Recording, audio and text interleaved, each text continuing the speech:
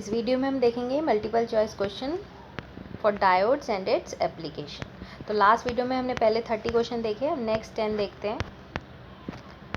तो पहला क्वेश्चन है, the filter circuit results in the best voltage regulation. मतलब वो फिल्टर सर्किट बताओ जो कि बेस्ट वोल्टेज रेगुलेशन देता हो।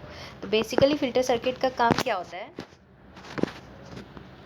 जो रेक्टिफायर होता है, रेक्टिफायर क्या करता है, एसी को कन्वर्ट करता है डीसी में। और ये जो डीसी होती है पल्सेटिंग डीसी होती है, मतलब आउटपुट पे हमें कुछ ऐसी डीसी मिलती है। तो उसको फिल्टर करने के लिए मतलब एक हमें कांस्टेंट अमाउंट की डीसी वोल्टेज लेने के लिए जिसमें रिपल्स बहुत कम हो, तो हम उस केस में फ़िल्टर सर्किट यूज़ करते हैं। ठीक है, तो फिल्टर सर्किट जो कि बेस्ट रेगुलेशन देता है वो होता है हमारा चोक इनपुट फिल्टर सर्किट। चोक मीन्स, चोक कह रहे हैं हम इंडक्टर को। तो इंडक्टर इनपुट पे लगा होता है, मतलब पहले इनपुट इंडक्टर से जाता है, तो इंडक्टर सीरीज़ में लगा होता है, फिर एक होता है कैपेसिटर पैरेलल में। तो ये होता है चोक इनपुट फिल्टर सर्किट जो कि देता है बेस्ट वोल्टेज रेगुलेशन। तो इसका आंसर हो जाएगा choke input filter circuit. Next question है, if the PIV rating of a diode is exceeded. अगर PIV रेटिंग से वैल्यू एक्सीड कर दी हो जाए तो उस केस में क्या होगा, डायोड डिस्ट्रॉय हो सकता है। बेसिकली PIV रेटिंग क्या होती है, PIV means peak inverse voltage, मतलब वो रिवर्स वोल्टेज जिस पे डायोड सेफली ऑपरेट हो सकता है। उसके बाद अगर हम वोल्टेज को इंक्रीज़ करें तो डायोड क्या हो सकता है, डिस्ट्रॉय हो सकता है।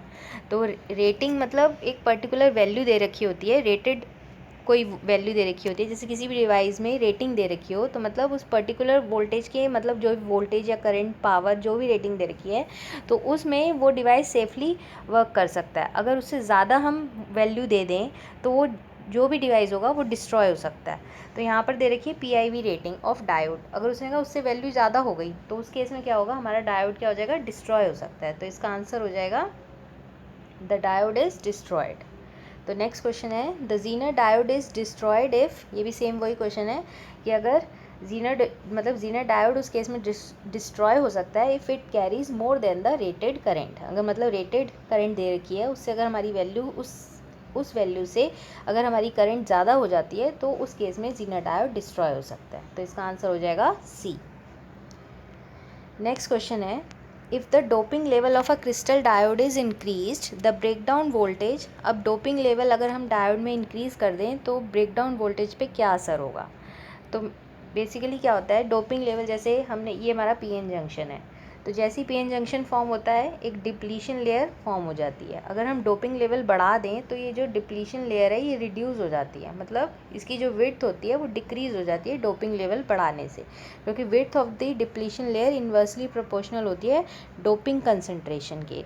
ठीक है, अब डोपिंग बढ़ी तो विड्थ डिक्रीज़ हो जाएगी। अब विड्थ डिक्रीज़ हुई डिप्लीशन लेयर की, तो हमारा जो ब्रेकडाउन वोल्टेज है वो भी डिक्रीज़ हो जाएगा। तो इसका आंसर क्या हो जाएगा, if the doping level of a crystal diode is increase the breakdown voltage decreased. तो उस केस में क्या होगा, जैसे रिवर्स बायस वोल्टेज है, तो जैसे रिवर्स बायस के केस में क्या होता है, जैसी वोल्टेज इंक्रीज़ हुई तो पहले स्मॉल अमाउंट की करंट फ्लो होती है, उसके बाद एक पर्टिकुलर वोल्टेज पे जंक्शन का ब्रेकडाउन होता है और एक लार्ज अमाउंट की करंट फ्लो होने लगती है। लेकिन अगर आप डोपिंग लेवल बढ़ा दोगे तो ये ब्रेकडाउन पहले ही हो जाता है, तो मतलब जो हमारा ब्रेकडाउन वोल्टेज होती है वो डिक्रीज़ हो जाती है। तो इसका आंसर हो जाएगा सी। नेक्स्ट क्वेश्चन है, main AC power is converted into DC power for. Basically जो हमारी इलेक्ट्रॉनिक्स इक्विपमेंट है वो DC पे वर्क करते हैं, तो हमें AC को कन्वर्ट करना पड़ता है DC में। तो इसका आंसर हो जाएगा C. Next, the ripple factor of a half wave rectifier is. अब रिपल फैक्टर क्या होता है, रिपल फैक्टर का फॉर्मूला होता है RMS value of the AC component upon value of the DC component. ये होता है इसका फॉर्मूला, मतलब कितने रिपल्स मिल रहे हैं हमें आउटपुट पे, बेसिकली ये बताता है रिपल फैक्टर।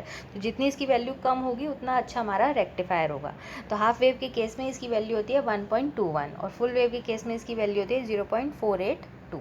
तो यहाँ पर हमें हाफ वेव रेक्टिफायर का पूछा है, तो आंसर हो जाएगा 1.21। ठीक है, so the ripple factor of a half wave rectifier is B, 1.21। Next, the maximum efficiency of a half wave rectifier is. अब एफिशिएंसी क्या होती है, एफिशिएंसी मतलब कितना आउटपुट हमें मिल रहा है कितने इनपुट देने पे। ठीक है, तो वो होगी एफिशिएंसी। अब यहाँ पर रेक्टिफायर पे आउटपुट होता है हमारा DC और इनपुट देते हैं हम AC, और यहाँ तो एफिशिएंसी क्या हो जाएगी, output DC power upon input DC power. तो हाफ वेव रेक्टिफायर के केस में इसकी वैल्यू होती है 40.6% और फुल वेव के केस में होती है 81.2%। ठीक है, तो आंसर हो जाएगा यहाँ पर ए 40.6%। The maximum efficiency of a half wave rectifier is 40.6%। Next, the most widely used rectifier is, सबसे ज़्यादा यूज़ होने वाला रेक्टिफायर है ब्रिज फुल वेव रेक्टिफायर, क्योंकि इसके एडवांटेजेस ज़्यादा होते हैं in comparison to other rectifiers. Next, Zener diode has, अब जीनर डायोड में कितने पीएन जंक्शन होते हैं, एक। जीनर डायोड बेसिकली नॉर्मल एक पीएन जंक्शन डायोड ही होता है, इसमें बस डोपिंग लेवल क्या होता है, ज़्यादा होता है, और ये हम रिवर्स बायस में यूज़ करते हैं फॉर वोल्टेज रेगुलेशन।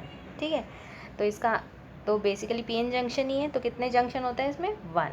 जैसे हमारे पास ट्रांजिस्टर है, ट्रांजिस्टर में कितने पीएन जंक्शन होते हैं, देखो ये होता है जैसे पीएनपी ट्रांजिस्टर है, तो यहाँ पर 2 पीएन जंक्शन है, 1 2। तो डायोड में कितने होते हैं, 1। Avalanche breakdown in a crystal diode occurs when, देखो ब्रेकडाउन किस केस में होता है, रिवर्स बायस के केस में।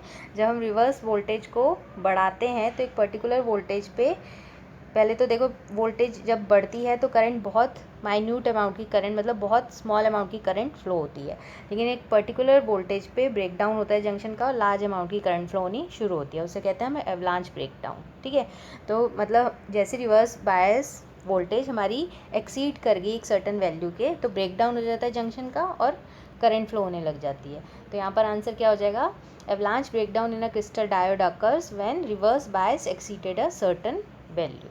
ठीक है, तो आंसर हो जाएगा सी। तो ये थे 10 क्वेश्चन। नेक्स्ट 10 क्वेश्चन हम नेक्स्ट वीडियो में देखेंगे। Thanks for watching.